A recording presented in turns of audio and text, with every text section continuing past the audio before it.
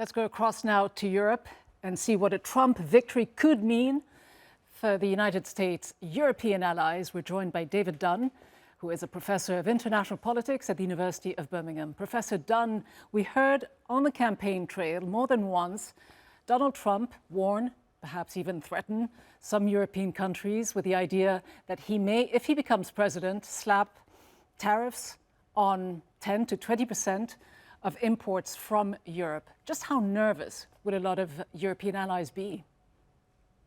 I think the Europeans are very concerned about a whole range of topics. Tariffs is certainly high on that list.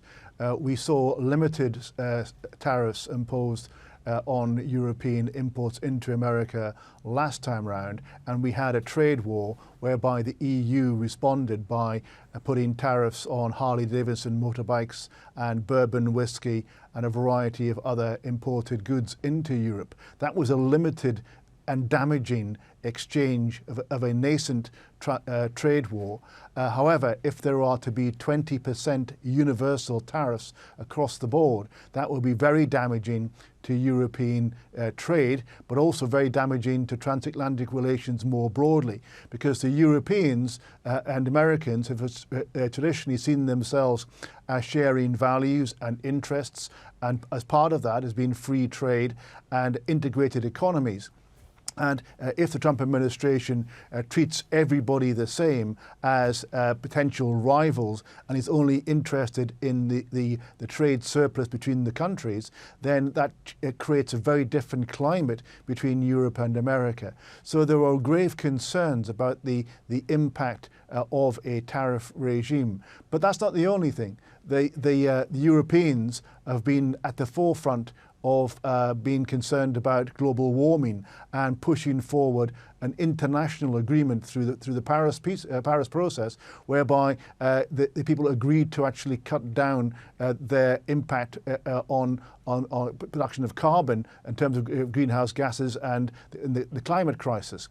And what Trump plans to do is very worrying to the Europeans for three reasons. First of all, he plans to repeal a lot of the environmental protection measures that the Biden administration put in. Secondly, he plans to drill as much oil and gas as he possibly can out of the Permian Basin through the process of fracking of shale gas and oil.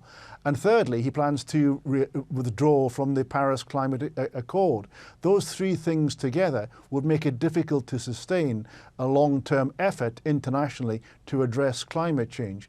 And therefore, the Europeans are really concerned about the way in which Trump's economic and energy policies affect climate change and the international effort to address that crisis.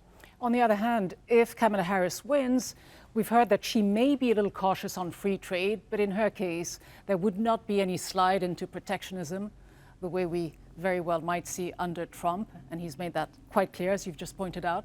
But there's also the future of the Transatlantic alliance, not just the economic relations with European countries, but the United States relations with NATO members. Trump, on more than one occasion, making disparaging comments about NATO, calling it obsolete.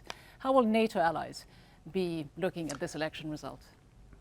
Yeah, and the biggest area of concern with regard to the wider European security question is what Trump plans to do with Ukraine. And it looks like he, in his talk of bringing the war to an end within one day with a few phone calls, would be to force the Ukrainians to accept peace on Moscow's terms under threat that America will withdraw all military and financial aid to Ukraine. And what that does is undermine confidence and trust in the American security guarantee to Europe. If the Americans are prepared to do that to Ukraine, if the Americans are prepared to actually view their European allies only in transactional economic terms, then really can the Europeans trust the American security guarantee to Europe.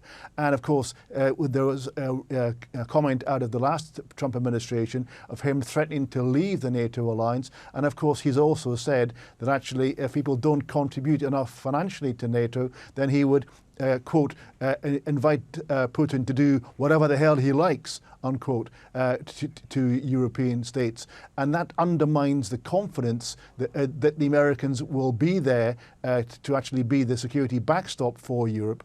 And even if Trump weren't to actually withdraw from NATO, the fact that he's much less obviously a supporter of European security gives great concern to many Europeans. So Trump and Harris are seen as a fork in the road. Harris is seen as continuity for NATO and continuity in trade, whereas a Trump victory would see a major diversion away from the traditional relationship that's existed across the Atlantic in interests, in trade, and primarily in security policy. Right. So this really is an important juncture. It is. Professor David Dunn, thanks very much indeed.